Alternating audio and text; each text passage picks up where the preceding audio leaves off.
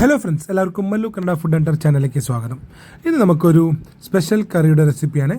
മുളപ്പിച്ച പയർവർഗ്ഗങ്ങൾ വെച്ച് ഒരു ഹെൽത്തി കറി റെസിപ്പിയാണ്. അപ്പോൾ ഇതിന് എന്തൊക്കെ വേണ്ടതെന്ന് നോക്കാം. ഇതിനകത്ത് പയറുണ്ട്, പിന്നെ മുതിരയുണ്ട്, വൻപയറുണ്ട്, ചെറുപയറുണ്ട്. ഇത് ഒരു ദിവസം മൊത്തം വെള്ളത്തിനിട്ട് വെച്ച് 2 ദിവസം വെള്ളം കളഞ്ഞ് തുണിയിൽ കെട്ടി വെച്ച് മുളപ്പിച്ച പയർവർഗ്ഗങ്ങളാണ്. അപ്പോൾ ഇനി കറി ഉണ്ടാക്കാൻ എന്തൊക്കെ വേണ്ടതെന്ന് നോക്കാം. സവോള വേണം, മല്ലിയില വേണം, കുറച്ച് പുതിന, 2 തക്കാളി, കുറച്ച് വെളുത്തുള്ളി, കുറച്ച് ഇഞ്ചി, വേണ്ടത് കശുവണ്ടിയുടെ പരിപ്പ് അല്ലെങ്കിൽ കശുവണ്ടി, പിന്നെ ഒരു ചെറിയ തുണ്ട് പട്ട, ഒരു ഏലക്ക, 10-15 കുരുമുളക്, ഉരുളൻകിഴങ്ങ് വേണം, പിന്നെ വഴുതനങ്ങ വേണം. നിങ്ങൾക്ക് എന്ത് പച്ചക്കറി വേണമെങ്കിലും ഉപയോഗിക്കാം. ഞാനിവിടെ ഈ 2 പച്ചക്കറി ഉപയോഗിക്കാം. പിന്നെ മസാല ഉണ്ടാക്കാൻ വേണ്ടി ചട്ടി ചൂടാക്കിയതിന് ശേഷം അതിനകത്ത് എണ്ണ ഒഴിച്ച് ഈ മാറ്റി വെച്ച പട്ട, കുരുമുളക്, ഏലക്ക, ഇത് 3ഉം ഒന്ന് പൊട്ടി വരുന്നത് വയ്ക്കുക. അതിനുശേഷം അരിഞ്ഞ് വെച്ച സവോള അതിനകത്തേക്ക് ഇടാം. അപ്പോൾ അരിഞ്ഞ് വെച്ച സവോള നല്ല രീതിയിലൊന്ന് വഴണ്ടി വരുമ്പോൾ ഇതിനകത്തേക്ക് നമുക്ക് ബാക്കിയുള്ള വെളുത്തുള്ളിയും ഇഞ്ചിയും അതെല്ലാം ഇട്ട് കൊടുത്തിട്ട് വഴറ്റണം. അപ്പോൾ വെളുത്തുള്ളി ഇഞ്ചി ഇട്ടിട്ടുണ്ട്.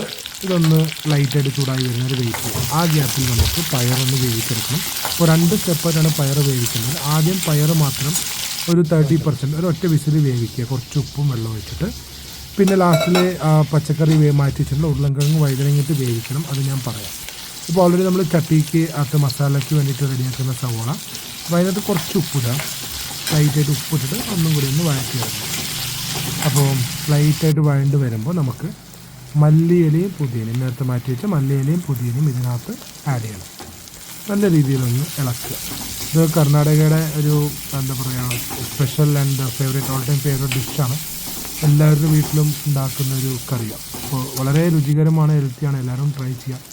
സവോളയൊക്കെ ഒന്ന് വഴണ്ട് വന്നതിന് ശേഷം നമുക്ക് തക്കാളി ഇതിനകത്ത് ആഡ് ചെയ്യാം. അപ്പോൾ തക്കാളി നല്ല രീതിയിൽ വേവാം. അപ്പോൾ തക്കാളി ഇട്ടതിന് ശേഷം നമുക്ക് കശുവണ്ടി മാറ്റി വെച്ചിട്ടുണ്ടല്ലോ. അപ്പോൾ ഞാനിവിടെ അണ്ടിപ്പരിപ്പ് ബേബി ക്യാഷാണ് ഉപയോഗിക്കുന്നത്. ഒരു ഓൾമോസ്റ്റ് ഒരു 50 ഗ്രാംസ്, 50 ഗ്രാമിൻ്റെ അടുത്ത്. നിങ്ങളുടെ അടുത്ത് ഈ പരിപ്പില്ലെങ്കിൽ ഡയറക്റ്റായിട്ട് തന്നെ ഒരു 50 ഗ്രാം കശുവണ്ടി ഇതിനകത്താണ് ചേർക്കുക. കുതിർത്തിട്ടാലും കുഴപ്പമില്ല, ഡയറക്റ്റായിട്ട് ഇട്ടാലും കുഴപ്പമില്ല. അപ്പോൾ ഞാൻ ഡയറക്റ്റായിട്ടാണ് ഇടുന്നത്. അപ്പോൾ അത് അതിൻ്റെ കൂടെ ഒന്ന് വേവണം. അപ്പോൾ നല്ല രീതിയിൽ വേവാൻ ഒന്ന് വെയിറ്റ് ചെയ്യാം. അപ്പോൾ നമുക്കിങ്ങനെ തക്കാളിയും സവാളയും എല്ലാം നല്ല രീതിയിലൊന്ന് മൊരിഞ്ഞ് വരുന്നതിന് വെയിറ്റ് ചെയ്യാം. ഏകദേശം ഒരു 60% ആയതിനു ശേഷം നമുക്കൊരു 1/4 ടീസ്പൂൺ മഞ്ഞൾപ്പൊടി ഇടാം. അതേപോലെ തന്നെ ഞാനിവിടെ 2 ടീസ്പൂൺ മുളക് പൊടിയാണ് എടുത്തിട്ടുള്ളത്. ഇത് നോർമൽ മുളക് പൊടിയാണ്. നിങ്ങൾക്ക് കളർഫുൾ ആവണമെങ്കിൽ വേണമെങ്കിൽ കാശ്മീരി ചില്ലി പൗഡർ ഇടാം. അപ്പോൾ നിങ്ങൾ എരിവിനനുസരിച്ച് നിങ്ങൾ മുളക് പൊടി ഇടാം.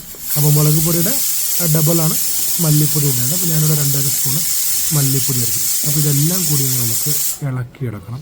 നല്ല രീതിയിൽ ചെറിയൊരു ചൂടാവുന്ന രീതിയിൽ നമുക്ക് എല്ലാ ഭാഗത്തേക്കാവുന്ന രീതിയിൽ ഒന്ന് ഇളക്കി കൊടുക്കാം. അപ്പോൾ ഈ കറിയുടെ മെയിൻ മസാലയാണിത്. നമുക്ക് നേരത്തെ വേവിച്ച് വെച്ച മുളപ്പിച്ച പയറും പിന്നെ പച്ചക്കറിയൊക്കെ നമുക്ക് ഇനി ഇത് കുക്കറിനകത്തിട്ട് വേവിക്കണം. അപ്പോൾ ഈ ഗ്യാപ്പിനകത്ത് നമുക്ക് അതും ചെയ്യാം. അപ്പോൾ ഞാൻ ബാക്ക്ഗ്രൗണ്ടിൽ അത് വേവിച്ച് വെച്ചിട്ടുണ്ട്, ഞാൻ കാണിക്കാം.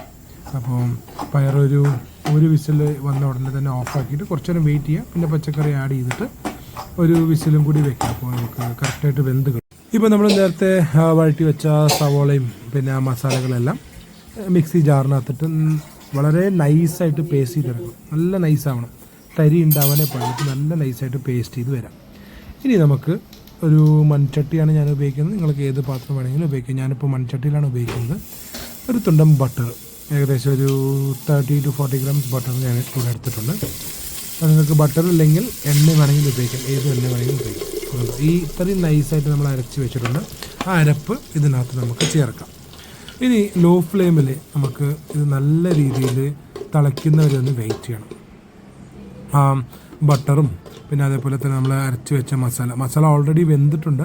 അപ്പോൾ ആ ഒരു പച്ച സ്മെല്ലൊക്കെ പോകാൻ വേണ്ടിയിട്ട് നല്ല രീതിയിൽ തിളപ്പിക്കാൻ വെക്കണം. കണ്ടോ, ഈ രീതിയിൽ നല്ല തിളച്ച് എണ്ണയും നെയ്യൊക്കെ സെപ്പറേറ്റ് ആയിട്ടുണ്ട്.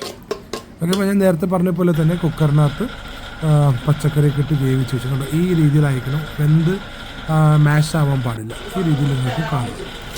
കറി നല്ല രീതിയിൽ തിളയ്ക്കുന്നുണ്ട്. ഈ സമയത്ത് നമ്മൾ നേരത്തെ വേവിച്ച് വെച്ച മുളപ്പിച്ച പയറുകളും അതേപോലെ തന്നെ പച്ചക്കറി ഇതിട്ടിട്ട് നല്ല രീതിയിൽ അത് നമുക്കൊന്ന് മിക്സാക്കി കൊടുക്കാം.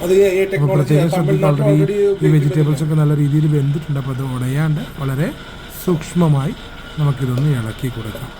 ഇളക്കിയതിന് ശേഷം നമുക്കൊരു ഏകദേശം ഒരു 5-6 മിനിറ്റ് ഒന്ന് ലോ ഫ്ലെയിമിൽ കുക്ക് ചെയ്താൽ അടിപൊളിയായിട്ടുള്ള നമ്മുടെ ഹെൽത്തി മുളപ്പിച്ച പയർ വർഗ്ഗത്തിൻ്റെ കറി റെഡിയാവും. അപ്പോൾ ഫൈനലായിട്ട് ഇത് നല്ലോണം തിളച്ച് വന്നിട്ടുണ്ട്. ഇതിനകത്ത് 1-2 സ്പൂൺ നെയ്യിട്ട്, ഓക്കെ, ആ നെയ്യിൻ്റെ ഫ്ലേവറും ആ മസാലയും വളരെ ടേസ്റ്റിയാണ്. നിങ്ങൾ എന്തായാലും വീട്ടിലൊന്ന് ട്രൈ ചെയ്ത് നോക്കുക. നാട്ടിലാരും അധികം ഇങ്ങനത്തെ കറി ചെയ്ത് കാണില്ല. എല്ലാവരും ഇത് വീട്ടിൽ ട്രൈ ചെയ്യണം. വളരെ രുചികരമായ ഒരു കറിയാണ്. നമ്മളെപ്പോഴും കേരള സ്റ്റൈൽ മാറ്റി പിടിച്ച് നമുക്കൊരു സൗത്ത് ഇന്ത്യൻ കർണാടക സ്റ്റൈലൊക്കെ ഒന്ന് ട്രൈ ചെയ്ത് നോക്കാം. കണ്ടപ്പോൾ കറി നല്ല സൂപ്പറായിട്ട് റെഡി ആയിട്ടുണ്ട്.